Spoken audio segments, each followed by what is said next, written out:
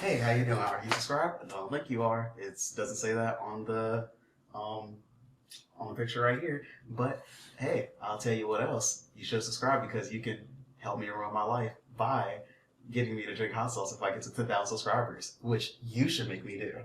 And um, I heard you guys like to watch me game. It's on this poll. I don't know. It's on this poll. So I mean, might as well throw it in there. Twitch is twitch.tv. I mean twitch.tv/Lotus Abbey, and yeah, let's get to it. I'll play every game, and hopefully you have fun watching any video that's about to play. So let's roll the clip. What is up? We're gonna watch the Rodent tier list from TierZoo featuring real life lore, and yeah, let's get into it. Subscribe. I mean, I want to say subscribe. Follow. Uh, follow. What was I gonna say? Comment. What videos you want me to react to, and play.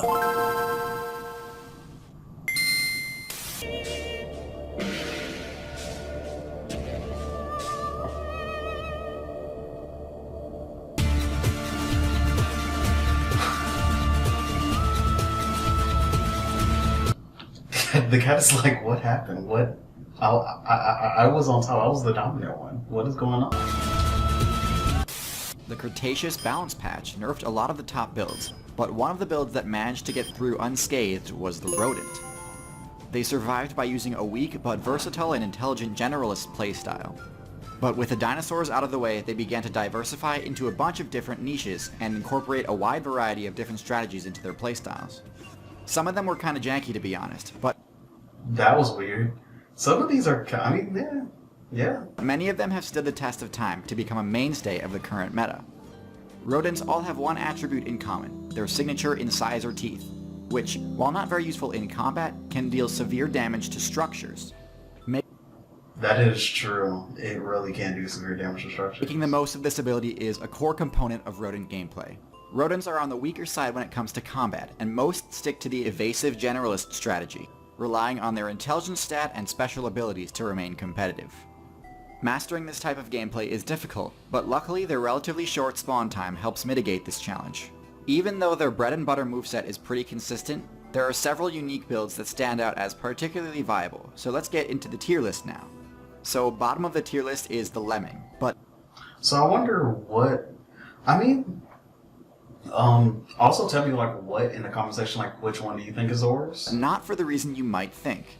It's a common misconception that lemmings have such a low intelligence stat that the only thing they're good at is getting a big group together, jumping off the stage, and uninstalling. This isn't true, although to be honest, if you're manning the lemming, you might be better off uninstalling. I mean, it was so... The thing is, too, if you didn't already know about that, they forced the lemmings to do it because they literally cornered them and they just kind of started falling off. The whole camera crew like literally cornered them on a cliff to do that. So yeah, that's a thing. Sometimes the film industry is bad. That's and more so in the older times, and not so much. It's harder for them to get away with stuff like that now, but they can. You might just not know for some years. But anyways, those Twitch clips are fake, don't be fooled. The actual lemming playstyle is only slightly more effective though. It revolves entirely around hoping that the Blizzard World event happens and creates the deep snow biome. If it happens, lemmings can use it as cover and build extensive tunnel networks through the snow. But if not, lemmings have zero defensive options. So why can't they just burrow on the ground? Like, you can burrow in snow, but I mean, I understand that snow is lighter, but I'm like, you probably would just be better off just burrowing in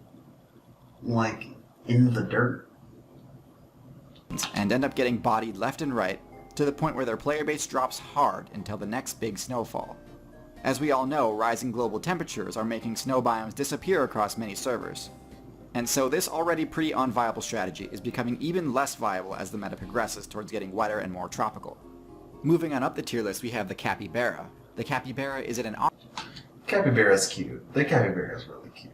Just, I would say, honestly, if you don't follow like any capybara like pages on Instagram, you need to.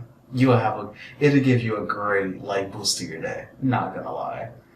They just don't do anything. They literally, I mean, for the most part, they just, I would say they're just like little, like they just look like cute, like big, like they look like cute guinea pigs that are dogs. Basically, that's like the best way to describe Awkward place in the meta, in that it hasn't quite spent enough evolution points to actually get much use out of its bulkiness. it. Look at that. That's nothing. Nothing at all. The monkey is just being an antagonist. This is because, unfortunately, their home server is the Amazon rainforest, which is also the home server of many of the most powerful S-tier predators in the game, such as the harpy eagle, caiman, and jaguar, all of which have no problem dealing enough damage to bring down a capybara. Their main method of defense is hiding underwater, which works against aerial builds like the harpy eagle, but is a pretty terrible strategy against the vast majority of predators in the rainforest. Anacondas, jaguars, and caimans all thrive in the aquatic biome, and hiding underwater won't do you any good against them. To move up in viability, I recommend boosting your defensive stats even further, or spend some evolution points unlocking at least some sort of solid damage dealing ability. Also in D tier, I'm placing the naked mole rat. The naked mole rat is unique in that it's the only mammal to ever unlock the eusocial ability. Also, it's something I just thought about. They also cannot get cancer, so that's a thing. That's a good thing that they have too. But to be honest, as cool as that is, the naked mole rat uses it quite poorly and doesn't really benefit much from implementing RTS tactics into its gameplay. Yes, naked mole rats have a queen, workers, and drone. They are very... Alright. Yeah. So, what was I gonna say? But yeah, I was saying that they are pretty ugly to look at, not gonna lie. But yeah, naked mole rats kind of, I would definitely say like a D or C, like more than likely D tier. Just like eusocial insects.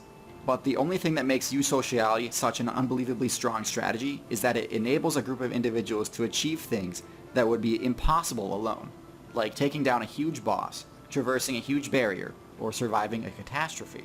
You never see naked mole rats doing something like this. It kinda makes sense why, while other eusocial creatures live on almost every single terrestrial server, naked mole rats are confined to just a small area in Africa. Sure, they do have the coveted... That makes sense, actually.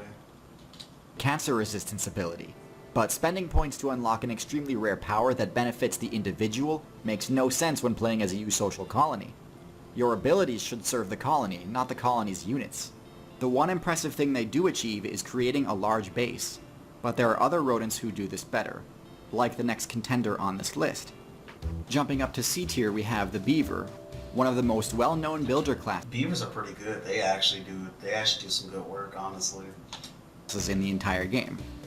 This is where it becomes important that a rodent's teeth deal high damage to the environment.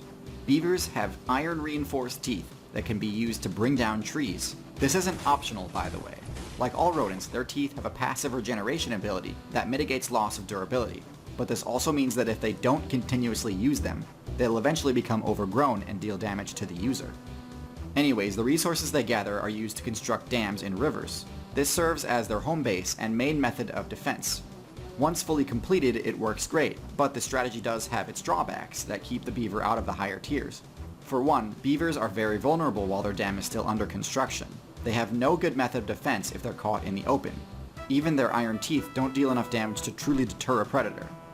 And carrying large amounts of mats through the woods makes stealth very difficult to maintain. Beavers also don't have much recourse if the river their base is located in freezes and becomes uninhabitable, as they only get a mobility bonus in liquid water. In B tier, we've got the prairie dog, the rodent... I didn't know that. I thought they would still have like kind of a good time in the winter too. That does social play the right way. Like lemmings, they create elaborate tunnel systems, but unlike lemmings, they do it in the ground, which is permanent, instead of the snow, which is transitory. They aren't eusocial. Each prairie dog is an individual player with free control. But they do all work together to protect each other by keeping watch and using team chat to warn each other when a carnivore player is nearby. Kind of like meerkats. They have no other defensive abilities, but somehow this strategy makes the matchup nearly impossible for builds like the Coyote and Hawk to actually catch them. It doesn't do the greatest job against stealth though, so owls and snakes can still be problematic for them. Also in B tier we have the ultimate jack of all trades for the low weight class meta, the rat. Rats don't have any single oppressive moves or abilities, but their high intelligence stat makes them extremely adaptable, and has let them establish a... Oh yeah, that's always so funny. So yeah, it's no... You see like that space in America where it's no rats or whatever? Yeah, that's in Canada, that's Alberta, Canada. Because in Alberta, it's literally a rat-free zone. You can't they kill any rats. Like even if it's like a pet rat, you cannot bring it in. Like you couldn't even move there or anything. Like say you have a pet rat or anything. So yeah, you cannot do that. Pretty funny though. A foothold in basically every single server in the game. Their ability to function in a wide variety of diverse situations makes them a nightmare for new players to deal with, and their rodent teeth allow them to bypass barriers that would be impassable for most builds. Rats rose to popularity in the meta because of their ability to stow away on the ships humans used for fast travel, and then wreak havoc on islands that they stopped at. Island metas are always more casual, and the players there tend to have a lot less matchup experience than mainland builds, and so they are easily defeated by experienced and adaptable invasive builds like rats. Rats are a solid choice for any experienced player, because while they have no downright overpowered abilities, their highly versatile playstyle can be a nightmare in the right hands. This is why you see so many rat mains in the Outside Hall of Fame. In A tier we have a build very similar to the rat, but with higher mobility and better resource gathering skills, the squirrel. Squirrel is really good. That's a really good playstyle. Squirrels are some of the best arboreal builds in the game, having the highest arboreal movement bonus of all time. This enables them to evade attacks with ease, and lets them access loot that's normally tough to reach without the flight ability. But beyond that, they also have a uniquely strong matchup against humans. I've got Outside's best lore specialist here to tell you about it. Hey guys, so whether you expected it or not, squirrels are one of modern man's greatest enemies. They really are. Honestly, squirrels are like a pretty good enemy of humans. They can chew through electrical wires and cables with ease, and they love doing it, which makes squirrels the most frequent cause of power outages in America. They're capable of infiltrating power stations by tunneling beneath them, and then they'll bypass plastic animal guards with ease, squeeze through small spaces, and chew through whatever wire insulation they come across. Just one single squirrel in 2015 knocked out a substation in San Francisco that shut down power to 45,000 homes. So if you want to learn insane. more about what these ferocious little creatures are capable of, come and check out my video next after this one. Now the top tier rodent is unique in that it's the only purely defensive based build I've ever... We should be scared of squirrels, and here goes this one. Why should we be afraid of squirrels? Rated as top tier. The porcupine, a build with such a high defense level that even the most powerful predators in the game have terrible matchups against it. The quill ability deals damage to any player whose attacks make contact.